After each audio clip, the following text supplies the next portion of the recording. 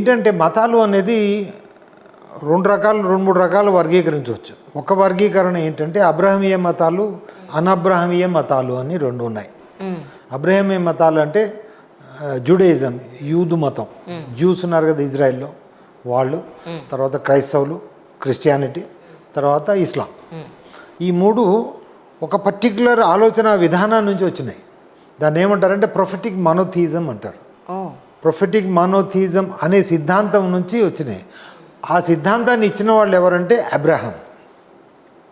Abraham అనే వ్యక్తి. అందుకోసం అతని పేరు మీద వీటిని అబ్రహమీయ మతాలు అంటారు. ఇప్పుడు అబ్రహము అని మీరు క్రైస్తవులు పెట్టుకుంటారు, ఇబ్రహీం అని పెట్టుకుంటారు వీళ్ళు ముస్లింలు, రెండు ఒకటే.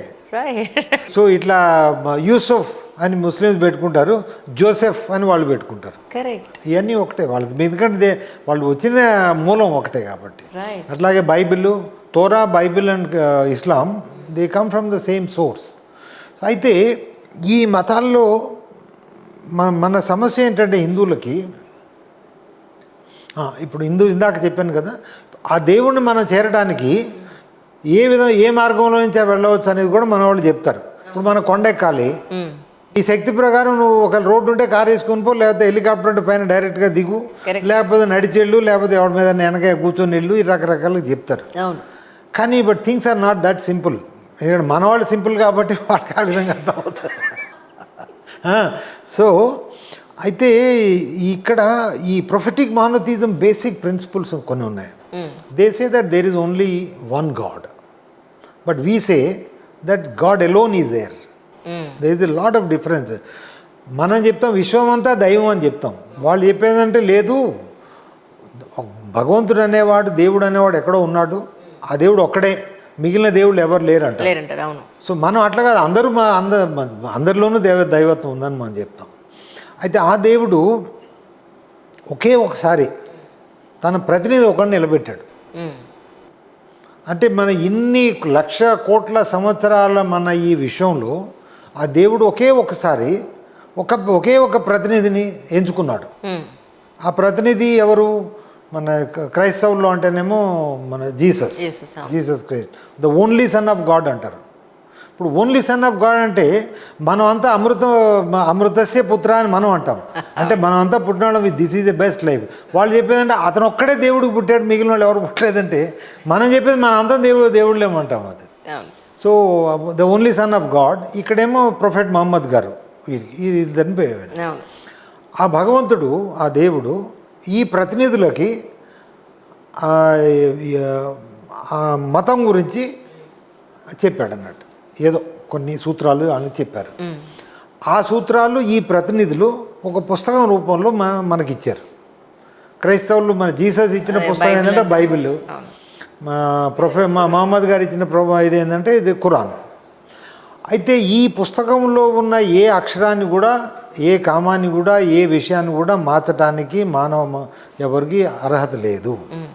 అంటే once and for all he has given this should be they life. ఈ విధంగా జీవితం ఉండాలి, ఈ విధంగా ప్రపంచం ఉండాలి అనేది అది చెప్తూ ఇందులో మనుషుల్ని రెండు భాగాలుగా చేశారు మానవాళిని. ఒకళ్ళు నమ్మేవారు, ఇంకోళ్ళు నమ్మనివారు, బిలీవర్స్ అండ్ నాన్ బిలీవర్స్. అంటే క్రిస్టియన్ ఇప్పుడు బైబిల్ నమ్మేవాళ్ళు, ఖురాన్ నమ్మేవాళ్ళు, ప్రొఫెట్ మహమ్మద్ గారిని, అల్లాని నమ్మేవాళ్ళు, అట్లాగే జీసస్ని, తర్వాత వాళ్ళ గాడ్ నమ్మేవాళ్ళు. అంతవరకు బాగానే ఉంది, సరే ఎవరు నమ్మేవారు. కానీ రెండోదే సమస్య, ఆ భగవంతుడు ఆ ప్రతినిధి ద్వారా ఈ నమ్మే వాళ్ళకి చెప్పింది ఏంటంటే నువ్వు నమ్మని వాళ్ళందరినీ మతం మార్చు. అవును, ఇది ఉంది అందులో. దానికోసం నీ దగ్గర ఉన్న వస్తు వాహనాలు, ధన సంపత్తి మొత్తం నువ్వు వినియోగించాలి, మతం మార్చు. మతం మార్చని వాళ్ళని ఏ విధంగానైనా కానీ ఈ ప్రపంచంలో ఉండడానికి అర్హత లేకుండా వాళ్ళని మట్టు పెట్టాలి. మొన్న ఇప్పుడు 25 మందిని చంపారు కదా పహల్గాంలో, అది that is part of the same thing.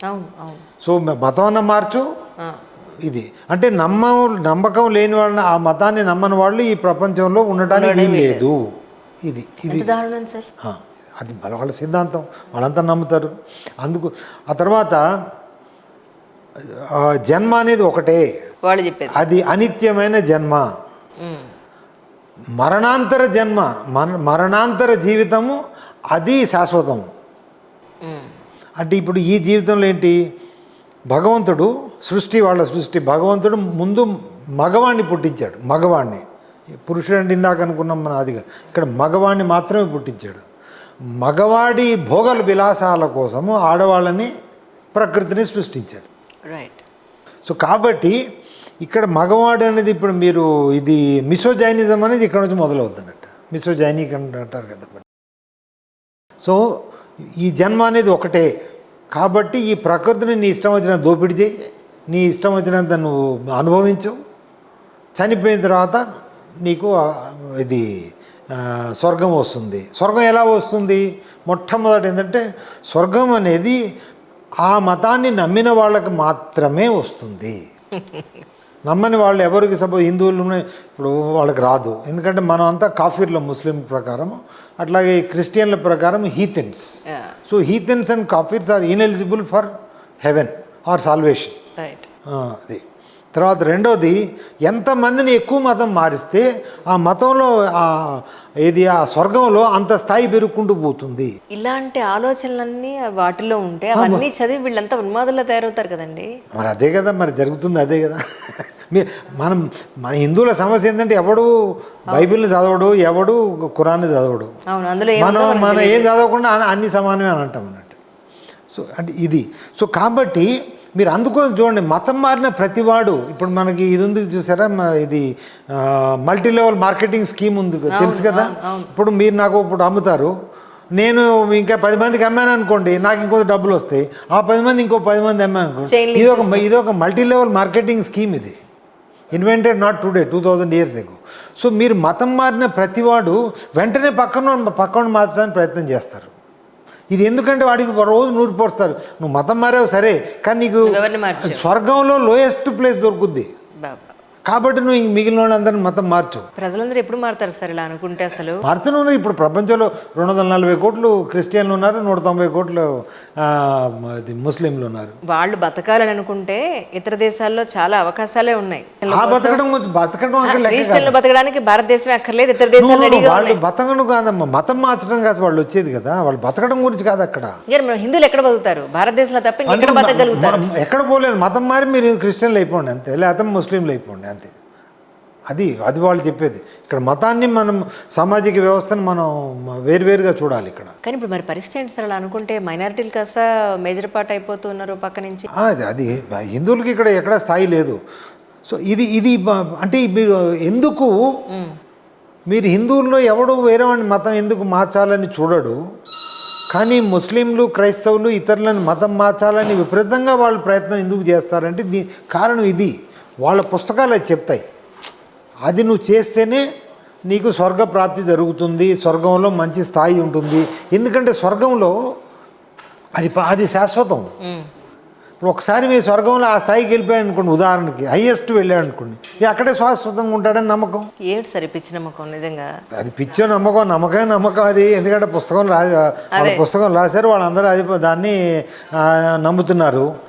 So మన సమస్య వచ్చేది ఇక్కడ. అది హిందువులకు అది అర్థం కాదు. అది అర్థం కాకుండా ఏముందండి వాళ్ళ ఇష్టం, వాళ్ళు మతం మారుతారు. ఇవన్నీ మళ్ళీ ఇంకోటి రెండోది వన్ వే ట్రాఫిక్. మీరు హిందువులు క్రిస్టియన్లు అవుతున్నారు, హిందువులు ముస్లిం అవుతారు, ముస్లిం హిందువులు కావట్లేదు, క్రిస్టియన్లు హిందువులు కారు. ఇదంతా వన్ వే ట్రాఫిక్. ఏది మన బ్లాక్ హోల్లో కనుక మెటీరియల్ పోయినప్పుడు it's only one side, single window system. Single window one way. So ఈ మతాలు. సో కాబట్టి మన మత మార్పిడి ఆపాలి అంటే ముందు హిందువులకు కావాల్సింది స్వయంబోధం, శత్రుబోధం అని రెండు ఉంటాయి. స్వయంబోధం అంటే మనం ముందు చెప్పాను చూస్తారా, హిందూ అంటే ఎవరు అనేది మీకు ఎక్స్ప్లెయిన్ చేశాను కదా. మీరు ఏ హిందూ అంటే తెలియదు, ఎందుకంటే వాళ్ళ తప్పు కాదమ్మా, వాళ్ళకి చెప్పేవాళ్ళు లేరు. మన పిల్లోడికి మనం ఒక విషయం తెలియదు అనుకోమ్మా, ఆ తప్పు మందే, లేకపోతే వాళ్ళు చదివిన బడిలో కాబట్టి. సో కాబట్టి అది అక్కడ తప్పు. అంటే స్వయంబోధ అంటే సంస్కృతంలో స్వయంబోధ అంటే మనం అంటే ఏంటి అంటే సెల్ఫ్ అవేర్నెస్ అంటే మీరు స్పిరిచువల్ అవేర్నెస్ కాదు, మన ఈ రిలీజియస్ అవేర్నెస్. మనటి హిందూ అనగా ఏమిటి అనేది మనకు తెలియాలి. రెండవది శత్రుబోధం అంటే మనకి ఇంతకుముందు శాస్త్రార్థం అని ఒకటి ఉండేది. ఏది పాత రోజుల్లో ఈ పండితులు చర్చిస్తున్నప్పుడు ముందు అవతల వాళ్ళది ఏంటి అనేది వాళ్ళు ముందు వింటారు. కరెక్ట్. అది అర్థం చేసుకొని ఆ తర్వాత అది శాస్త్రార్థం అర్థం చేసుకొని తర్వాత దాన్ని ఏంటి మన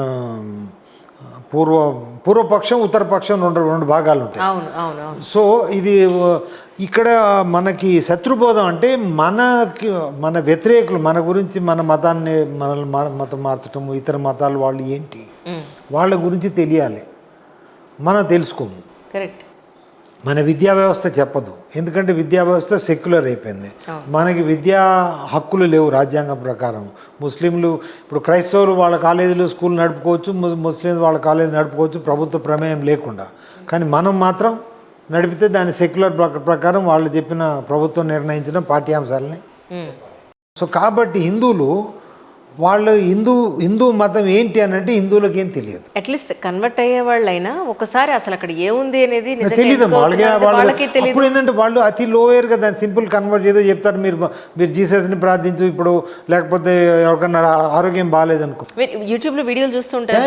నేను లేకపోయాను, ఇల్లంతా ఊడిచేసాను, ఎలకలు అని దండం పెట్టుకుంటే ఎలకలన్నీ పోయి. నేను ఒరిస్సాలో 13 మంది పాస్టర్లను అరెస్ట్ చేసి కూడా జైలు పంపించాను 1993లో. ఎందుకంటే ఈ విధంగా మోసం చేయటి. ఇప్పుడు ప్రసాదం అని చెప్తారమ్మా, ఎవరికైనా సమస్య ఉంది, ఆరోగ్య సమస్య, ఇక నేను దేవుణ్ణి ప్రార్థించాను, ఇది ప్రసాదం తీసుకొచ్చి అందులో ఆ మందు కలిపేస్తాను. మందు కలిపేసి దీన్ని రోజు 3 సార్లు తిని దేవుణ్ణి ప్రార్థించు అని చెప్పి మందు వేసుకుంటే మరి తక్కువ అవుతుంది కదా. సో అంటే రకరకాల పద్ధతులు ఇది చేస్తుంటారు. సో మనకి స్వయంబోధం లేదు, శత్రుబోధం లేదు. కాబట్టి అంటే మనము నిరక్షరాస్యులము, అజ్ఞానులము. మీరు ఒక అజ్ఞానికి ఒక 4-5 పుస్తకాలు తెచ్చి పెట్టండి, ఏ చదువు రాని వాడికి అన్ని వీటి ఏమంటే అన్ని పుస్తకాలే కదండి అంటాడు. ఏం తెలుసు వాడికి, ఏమీ తెలియదు. కెమిస్ట్రీ లేకపోతే ఇంకోటి పెట్టి అన్ని పుస్తకాలు. అట్లాగే హిందువులంతా గురించిన మతపరమైన అజ్ఞానులు. అందుకోసమే అన్ని మతాలు సమానం కదండి. ఎందుకంటే ఆడికి ఏ మతం గురించి తెలీదు, అసలు హిందూ మతం తన మతం గురించి తెలీదు, క్రైస్తవం అంటే ఏందో తెలీదు, ఇస్లాం అంటే ఏంటో తెలీదు, బౌద్ధం అంటే ఏమో తెలీదు. ఏమి తెలియని వాడు చెప్పేది ఇదే కదా, అందరు మనుషులే కదా, అందరు మనుషులే, అన్ని మతాలు ఒకటే కదండి అని చెప్తానట్టు. అది తప్పు. మన హిందూ సమాజం అనదు, ఈ మన ఆధునిక సమాజంలో ఈ రాజ్యాంగం వలన వచ్చిన వైపరీత్య పరిస్థితి చాలా దారుణం. అలా అనుకుంటే అసలు ఇప్పుడు హిందువులు ఏం లేదమ్మా. ఇప్పుడు మనకి ప్రపంచంలో కల్లా అత్యంత పెద్ద 3వ పెద్ద మతం మంది. ముందు క్రైస్తవం 240 కోట్లు, రెండవది ముస్లింలు 190 కోట్లు, హిందువులు 116 కోట్లు. అయితే మనమే మైనారిటీస్ ఇప్పుడు. అయితే అంటే ప్రపంచంలో. కానీ మీరు క్రైస్తవులకు 240 కోట్ల క్రైస్తవులకు 157 క్రైస్తవ దేశాలు ఉన్నాయి. 157 క్రైస్తవ దేశాలు. ముస్లింలు 190, ముస్లింలకి 50 ఇస్లామిక్ దేశాలు ఉన్నాయి. తర్వాత మిగిలిన దేశాల్లో వాళ్ళు డామినెంట్ మైనారిటీ. ఇండియా అనుకోండి, డామినెంట్ మైనారిటీ.